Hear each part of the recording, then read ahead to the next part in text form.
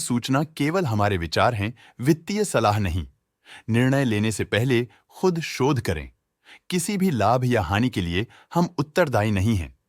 आज हम देख रहे हैं MSP steel and power limited के 2024-25 Q3 की standalone financial performance. Starting with the sales, पिछले क्वार्टर से सेल्स में 9% का इंक्रीज हुआ है, मगर कंपनी ने पिछले साल के मुकाबले मार्जिनल सेल्स डिक्लाइन रिपोर्ट किया, around -8%। Expenses 11% quarter on quarter increase हो गए हैं, जो साल भर के -6% के डिक्लाइन के साथ अलाइन करता है। क्वार्टरली सेल्स के कंपैरिजन में एक्सपेंसेस इंक्रीज होना दिखाता है कंपनी ने एक्सपेंसेस मैनेज करने के लिए स्ट्रगल किया। कंपनी ने पूरी साल के दौरान चैलेंजेस का सामना किया। ऑपरेटिंग प्रॉफिट, जो पिछले साल के कंपैरिजन में -51% डाउन हुआ है, quarter on quarter around -27.5% decrease हुआ है। Operating profit margin OPM annual basis पे -2.5% से डिक्रीज हुआ है और पिछले क्वार्टर के कंपैरिजन में -1.5% से डिक्रीज हुआ है। एक्सेप्शनल आइटम्स को ऐड करके अदर इनकम पिछले क्वार्टर के कंपैरिजन में 64.5% बढ़ गई, बावजूद इसकी ईयरली डिक्लाइन -93% हुई है।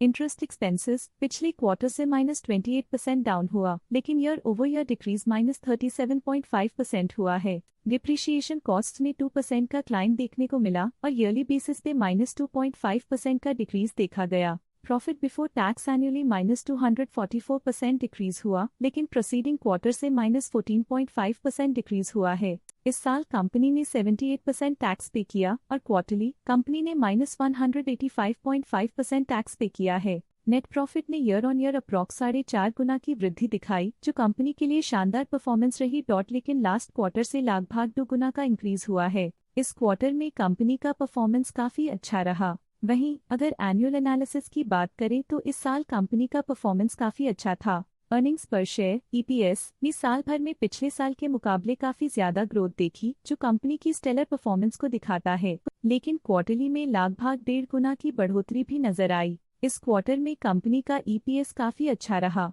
MSP steel and power limited के फाइनेंशियल स्नैपशॉट को रिव्यू करते हुए कुछ मुख्य ट्रेंड्स सामने आए हैं, जो कंपनी की परफॉर्मेंस पे रोशनी डालते हैं। दिसंबर 2021 से दिसंबर 2024 तक MSP steel and power limited की फाइनेंशियल जर्नी में सबसे पहले बात करते हैं सेल्स की। इस साल सेल्स में 3% की वृद्धि हुई है और पिछले 4 सालों में 29% की वृद्धि हुई है, जो एक निरंतर अपवर्ड ट्रेंड को दर्शाता है। पिछले 3 साल से सेल्स लगातार बढ़ती जा रही है, जो मार्केट एक्सपेंशन और कंज्यूमर डिमांड में वृद्धि को दर्शाता है। अब बात करते हैं एक्सपेंसेस की। इस साल एक्सपेंसेस 7.5% बढ़े हैं और 4 सालों में 36.5% का इजाफा हुआ है। इस साल हालांकि एक्सपेंसेस सेल्स से थोड़ा ज्यादा बढ़े हैं, मगर ग्रोथ रेट्स का करीब होना स्टेडी ऑपरेशनल कॉस्ट को दर्शाता है। चैलेंजेस से गुजरते हुए ऑपरेटिंग प्रॉफिट ने इस साल -75% की डाउनटर्न देखी, जो एक ट्रेंड को कंटिन्यू करता है, पिछले 4 सालों में -75% की डिक्लाइन के साथ।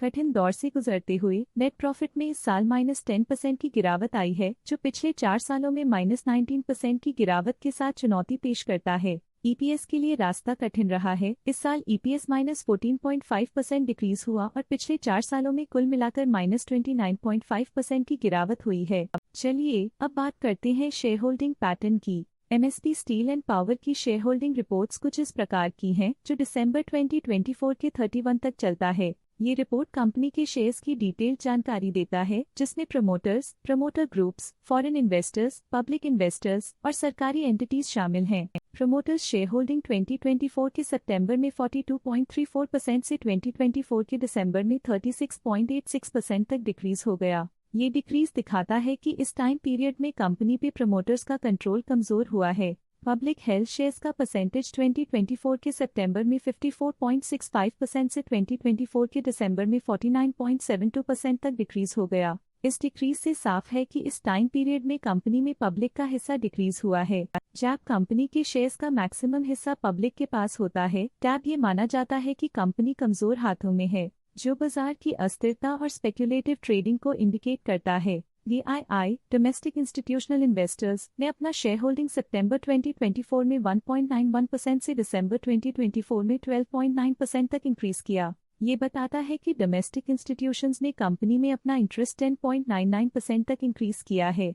फॉरेन इंस्टीट्यूशनल इन्वेस्टर्स की शेयर होल्डिंग में थोड़ा डिक्रीज आया 2024 के सितंबर से 2024 के दिसंबर में। जो दिखाता है कि फॉरेन इंस्टीट्यूशंस ने अपने स्टेक को क्वार्टर टू क्वार्टर -0.58 से डिक्रीज किया है, जिसे पता चलता है कि उन्होंने अपनी इन्वेस्टमेंट्स को पुल बैक किया है।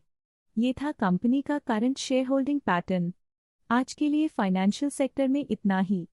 देखने के लिए धन्यवाद। स्टॉक लेटेस्ट न्यूज अपडेट के लिए चैनल को सब्सक्राइब करें और वीडियो को लाइक एंड शेयर करें।